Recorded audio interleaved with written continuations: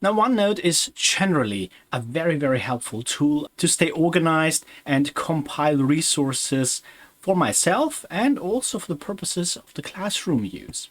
OneNote Class Notebook helps me go even further to deliver content directly to my students. Plus, it helps me work collaboratively with my students and in presence of a teaching team with my fellow teachers. When I need to, I can also use this tool to provide feedback on student work directly and exclusively. Now, the agenda comes in two parts. First is a little show and tell to show you what is actually the OneNote class notebook and what's inside the class notebook. So what kind of sections do we have there and what do they do, what purpose do they serve? And then a little do and learn, a little demonstration where I show you how you need to set up first to actually get a class notebook going, a Teams group. So we need to use Microsoft Teams for that. Then setting up a class notebook in Microsoft Teams. We're going to insert a couple of materials. We put some reading materials in the so-called content library. We're going to put some collaboration materials into the collaboration space. What these are, we're going to talk about that in a minute. And we're going to put a draft in the so-called teacher-only section. I'm going to also show you how to distribute materials to the students' private notebooks, a couple of settings to manage notebooks, and how to provide review and feedback to student work. A OneNote class notebook is a lot like a physical notebook. It's also a whiteboard and a filing cabinet, all rolled into one. It includes a couple of sections that come in by default. There's a content library for sharing class materials with everybody. There's private notebooks for each student. There's a teacher-only area where teacher can develop materials and prepare them for later use. And there's a collaboration space for working together with students, other teachers, and of course, for students working with one another within teams and groups. Everyone's work, which is a big boon of the OneNote class notebook, is saved automatically to the cloud. So my students and I can access the materials at any time, anywhere, from any internet-enabled device. So no more excuses. It's always with you on your smartphone, on your computer, on your tablet. Once created, and we're going to see that in a minute, you'll be greeted by the welcome page. It's a default welcome page that you can modify if you want. But it basically contains a lot of helpful pages about how to manage OneNote if you need help later. Now, the collaboration space is for students to work together. Let's have a look at an example of a collaboration space I used in one of my introductory management accounting classes last year. Class notebooks are always in the so-called general channel, the default channel. And here on top, you can actually see the class notebook as a tab. You click on that and then the class notebook loads. The navigation pane is here on the left, like these leaning books here. You click on it, and up here we have the collaboration space. So just let me make this a bit bigger.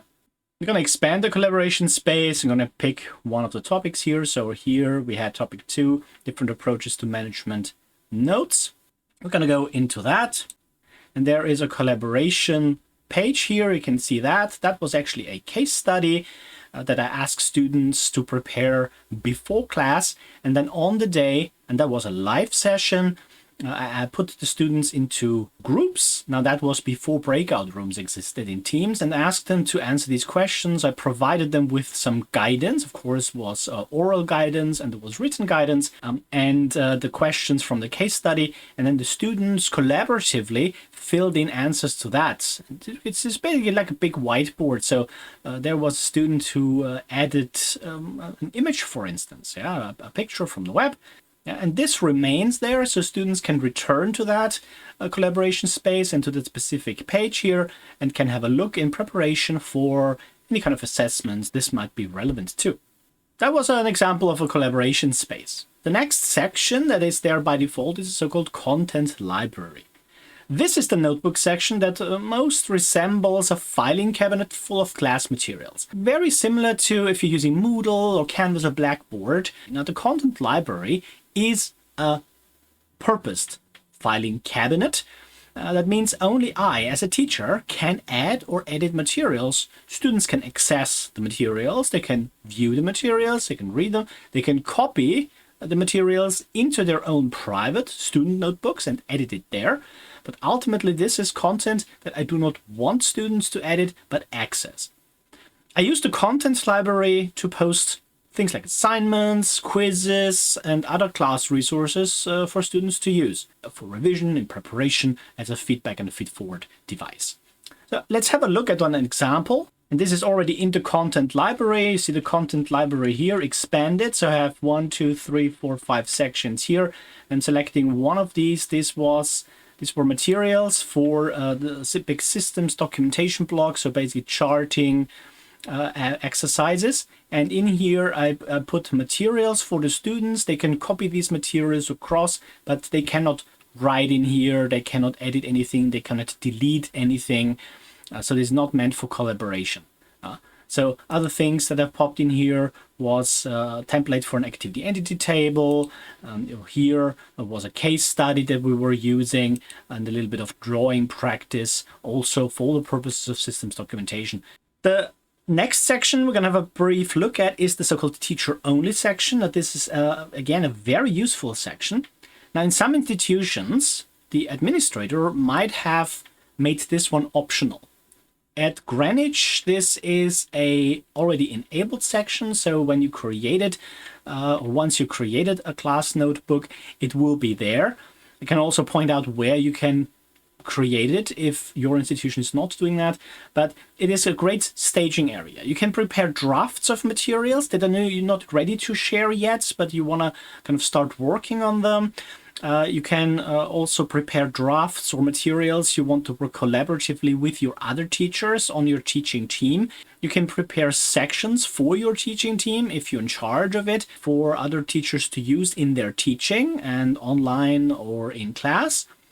Or you can prepare materials and finish those materials, but you're not ready to distribute them yet. You're not ready to put them in a collaboration space yet, or you're not ready to put them into the content library or distribute them to the student notebooks. So here we have always like this first page that always explains things to the user.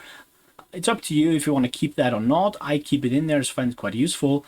Here's a page for seminar materials, so like instead of a handout, very useful. Did not need any kind of printouts, completely paperless. A couple of case studies. Here is a numerical question, for instance. And you see that here I have actually scribbled something inside. So that's another boon if you have a touch device, phone, a tablet. You can actually scribble manually inside there. And some students actually in their materials have used this feature quite a bit. Here's also a section showing here the model solutions for the case studies, case study guidance, and for the numerical questions and model solutions. And each of my teachers on the teaching team had their own section here with the materials for use in class. Yeah? They could modify that however they wanted to kind of fit their teaching style. Yeah? And my teachers used it quite a bit. So for instance, here Wendy has used these in her classes. You see that these are all filled in. So she has used that as a display on the screen in class. Very useful, this teacher-only section. And then we have also the student notebooks. So the OneNote class notebook automatically creates private workspaces for each of my students once they get added to my team's group. Think of it like a notebook. You can collect and return at any time. Only the students can see your feedback. The students cannot see each other's notebooks. They only see theirs and the sections, collaboration space and content library. That's what the students see. So let's pop over to Teams. This is actually from a student. So down here, I see all the students' notebooks. And here, Joshua had returned an exercise. So he pointed out to me, Gerhard, I've sent you something in class notebook.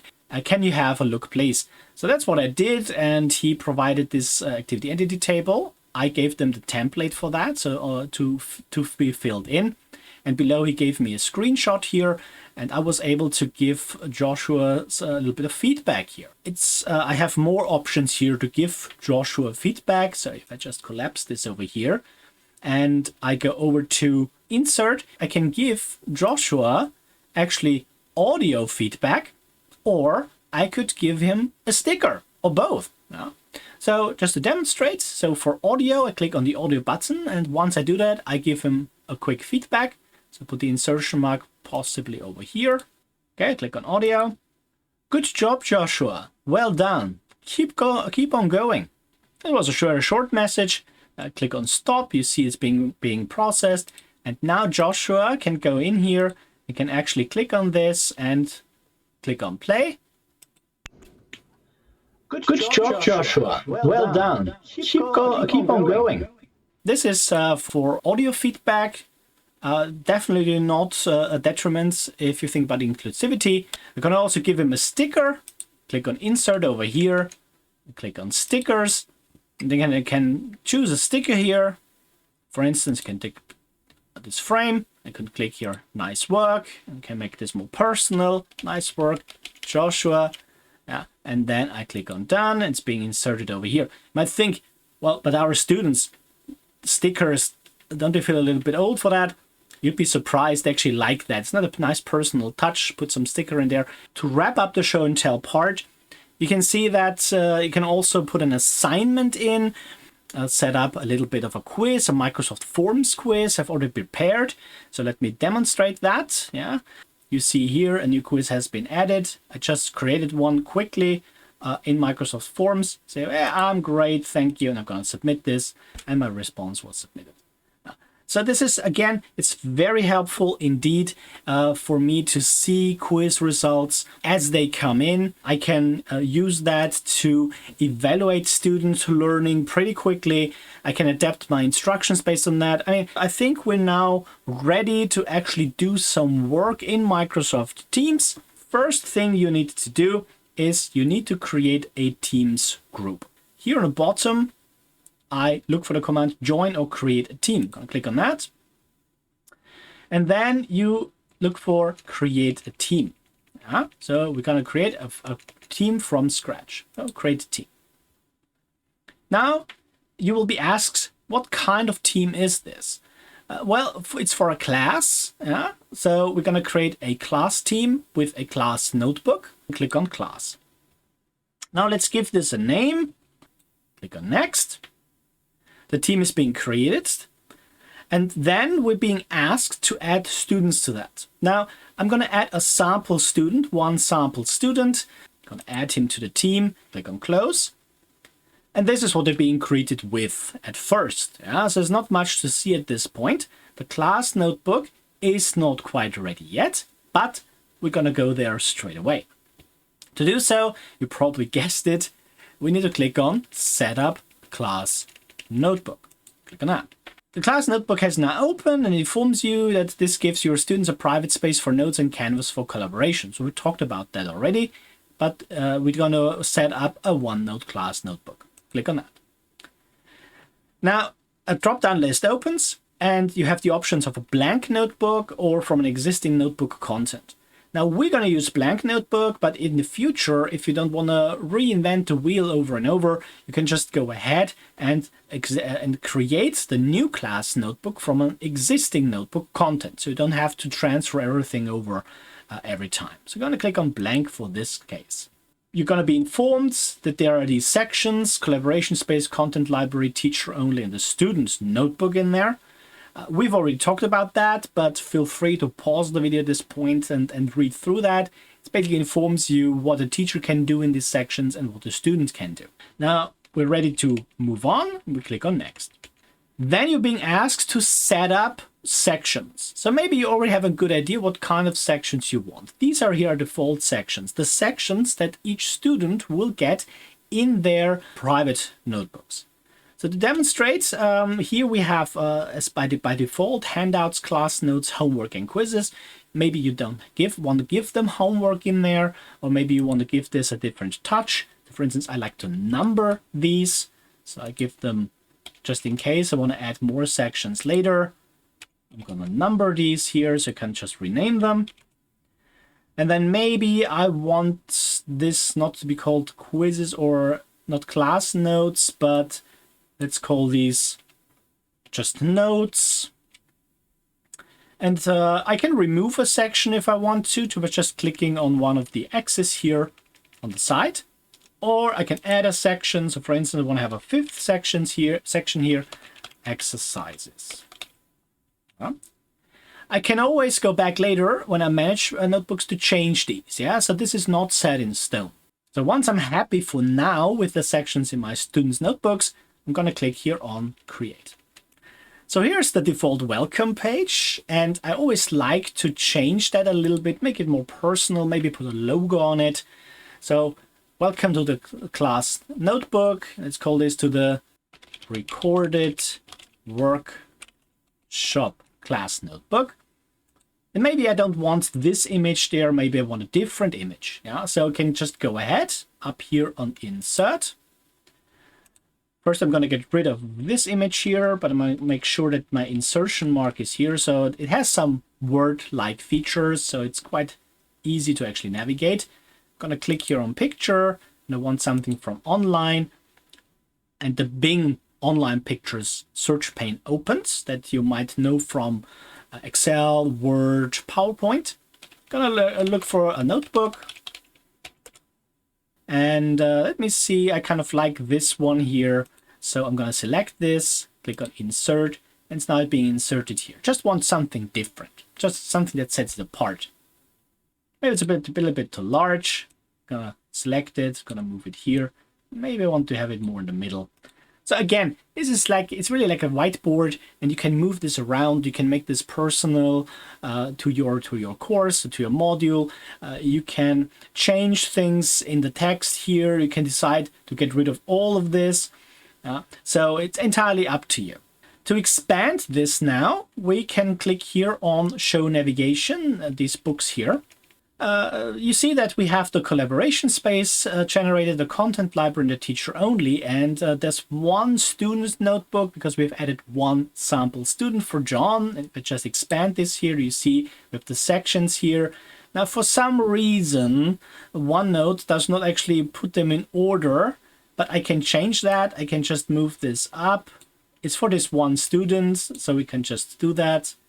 You can also tell your students if they are jumbled, if you numbered them. So can you please rearrange that for yourselves if it's just too many students. These are in order now, and I see the other sections. We're just going to go ahead. I'm going to upload a couple of materials here just to demonstrate how that works. Now, each of these sections here have a landing page, a welcome page that explains what these sections do. So here the collaboration space, the content library, and the teacher only section. That again, this text you can change. You can decide to delete it if you wanted to. I typically leave it there because it's a nice explanation for new users of class notebooks, especially students, what these sections are all about. So we're going to go ahead and we're going to add some reading materials to the content library first. To do so, I'm going to click on this section here, the content library. So make sure this is selected. And then you go down here and you're going to add a section. Click on that. And we are going to call this Research Articles. There you go. So this is a section. I put all the research articles in there I want my students to read. Now, each of these sections, I can have several pages. There's a default page called Untitled, and I'm going to call this page Required Reading for, let's pick the workshop date, January 12, 2022. Now, I want to add something inside of it, and this is actually very, very simple. You need to go to the Insert tab, and I have a PDF prepared that I downloaded. Click on File, and then you can click here on either Insert File Attachment if all you do want to do is just put a symbol of the file in there for students to double click on it and it opens, in this case, a PDF viewer. What I prefer is the file printout because it combines the best of both worlds. Let me show you what that means. What it actually does is it includes this as an attachment. So if you double click on this, it opens the PDF in the PDF viewer, and it also puts a printout of the entire article in there.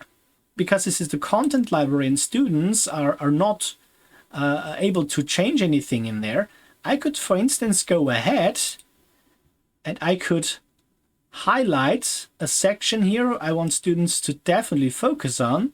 And I'm going to do this.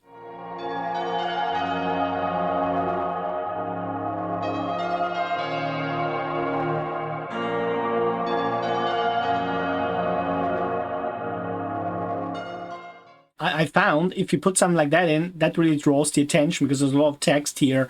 And if students see this, it's like, oh, okay, I need to go ahead and read this. I want to emphasize it even more. I'm going to actually put a sticker in, maybe some sticker where a character is pointing. This symbol here, so the pointer is back, because then if I click here, then it actually inserts it. It needs an insertion mark. So I'm going to put this Robin over here. I think it's a Robin. Yeah. And close this pane. So you can really kind of spruce it up, make it more interesting in the contents library. So read this, dear students. All right, so this is how you would add a research article or any kind of material in there. And again, in the content library, students cannot modify that, cannot delete it, cannot change it. In my collaboration space, I want to set up a section for student projects. So I'm going to go ahead and select my collaboration space. And I'm going to add a section. I'm going to call this student projects. You can see that this is being added here in the collaboration space. So this is now the space where students can collaborate with one another. I could go ahead and call this one, for instance, I have something prepared, mind map for creating projects. Yeah, and here I have prepared an image file. So I'm going to go up here into insert, not to file, but to picture. I'm going to click on that.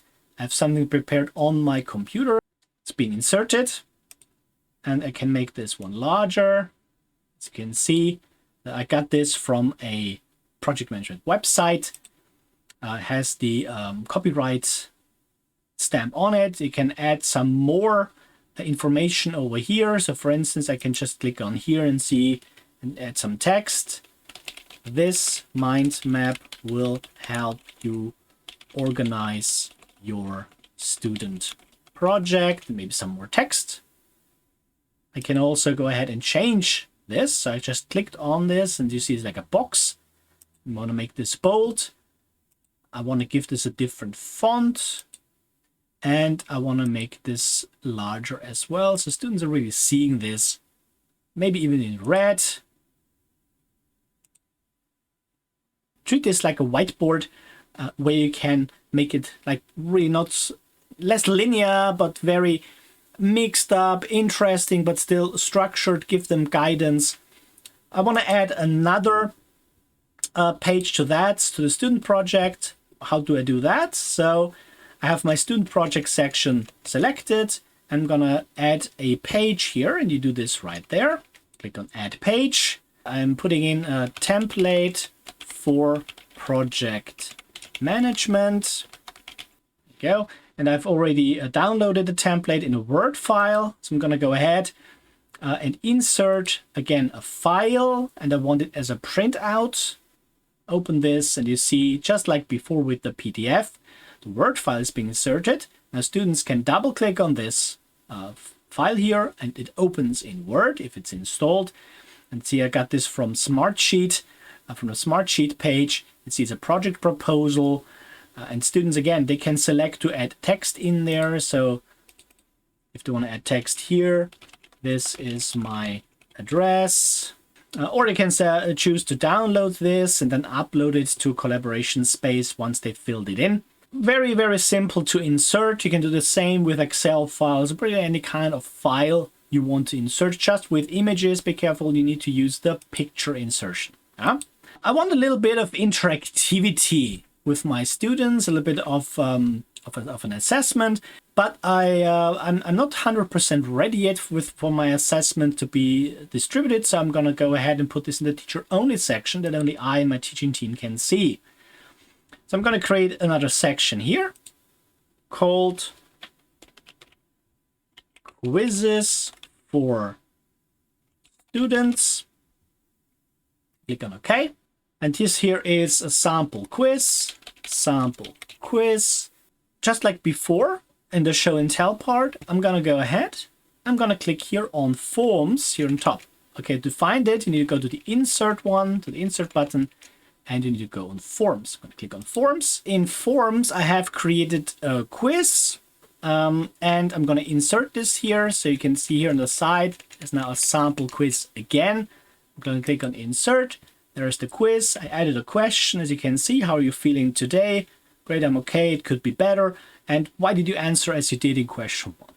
And now I could go ahead and ask my teaching team, have a look at this. What do you think? They could actually go in here. They could comment in it, or we could duplicate the page for comments. They could change things in the form. Of course, I need to share the form with them. I need to enable them to collaborate on the quiz. But that's a topic for a different time. And once this is ready to be distributed, we could actually go ahead and send this over to John's notebook. So we could go this in 2 ways, and I used both ways in the past. Either I asked students to actually go to the contents library. So how do I do that? I would need to select this page. Then I click on Class Notebook here on top. And then I could say, copy this to the content library. Yeah, so I'm going to be asked what section in the content library. So I'm actually going to go ahead, I'm going to distribute this directly to my students' notebooks, because here I have a section called Quizzes. So I'm clicking here on the sample quiz page again, up here on Class Notebook. And now I'm going to go to Distribute Page. That opens on the right-hand side, Distribute Page pane. And I'm going to select the Quizzes section. So if you have, we have only one sample student in here, but if you have 10, 20, 100, 200 students, the quiz would go to all the student notebooks. So I click on Distribute here on the bottom, and then it's being distributed. You will see a progression bar here. So it's waiting to start, and then gives you a completion progress. That was quick, of course, only one sample student. I'm going to close this. I'm going to check, has the quiz been distributed to John's personal student's notebook? Click on Quizzes, and there you go. Here's the quiz. Now John can take the quiz, can take it during class, so synchronous, can take it between classes, asynchronous, however you want. Yeah, so really useful in any setting. Yeah, so traditional classroom teaching, high flex if you have students joining in online in classes, or you have concurrent classrooms where you teach online and in-class students at the same time, all access the same content in the same manner. And I find this very useful. It creates digital balance, digital equity between the students. It does not disadvantage anyone, whether they're sitting at home or they're sitting in class. You can even use then the collaboration space for students to collaborate. And in these collaboration teams could be students that are in class and online. They could collaborate there. Yeah, so it's a great platform for that kind of use. So let's assume now that John has actually submitted the quiz. It says, I'm okay. It says, enter your answer. It's all good. Doesn't want to tell me more. Yeah, and he would click on submit, and then I could go ahead and feedback to John on that. Remember, we could just go ahead, and you can do this on any kind of assignments or assessments you want to give them, formative ones in particular. Go to insert. Yeah, and if you see the audio button here grayed out, it's because you have something else selected in the screen. So just go ahead and click here on the side. So you see the insertion mark here, and now audio is active. So I'm gonna give John a thank you that he did the quiz. Thank you very much, John, for doing the quiz. Fantastic. Thank you. Much appreciated. I'm going to click on stop. Now, John, when he goes in here, can actually run the audio. Click on here. Thank you very much, John, for doing the quiz. Fantastic. Thank you. Much appreciated. Because I'm such a good mood, I'm going to give him also a sticker, because I'm so happy that John gave me feedback here. I'm giving him a sticker here, and I could basically go ahead and pick any of these. Just to demonstrate or show you, we have several of those. Maybe the elephant, for no particular reason, just because it just popped into my eye just now. So right here, give him a little something to look at. So you can give them personalized feedback, direct feedback. You might find that you have some students that require, they want a written feedback, others that prefer or can handle audio feedback better. So again, you can really tailor this to your students. The last thing I'd like to show you is how to manage the class notebooks. Very useful. To do so, we're going to click here on class notebook here on top. It's already selected, and then you find the command manage notebooks. Click on that.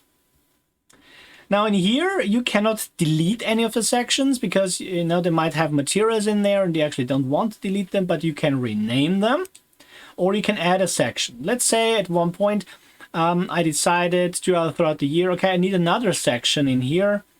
And I want to call this section, let's say, fun stuff, because I want to add some fun things in there, like maybe a daily cartoon or something just to kind of spruce it up a little bit. Yeah. So when I do that, I click here on save. And then just to check, I'm going to go back. I'm going to click here on the navigation pane. I'm going to check, and actually that's very useful. If you want to add sections to all your students' personal notebooks, here it is. Here's the fun stuff section. Other options you might have in the Manage Notebook section, again on Class Notebook, Manage Notebooks, click on here. Here you can actually decide a default location for Notes tab in Channels. Now what does that mean? So let me show you actually. So in the various channels, so if I just go ahead and click in any of these channels here in another one of my group, you see that in the channel, so except for the general channel, in the general channel you access the Class Notebook. But in the other channels, you don't. You have a so-called notes pane here. Yeah, if you click on that, it opens a simple notes page. You see this is channel specific. And what I can do here, I can add a page. For instance, I click on that. Another page. And some content. So what that means now is that these are the individual notes channel section that also, by the way, goes for the breakout room. So if you put your students in teams in breakout rooms, in the chat window there, they have a notes tab on top. And if they add something in the notes, it's going to appear in a specific location. The question now is, which location is that? If I go back to my class notebook from earlier and to my manage section, as before,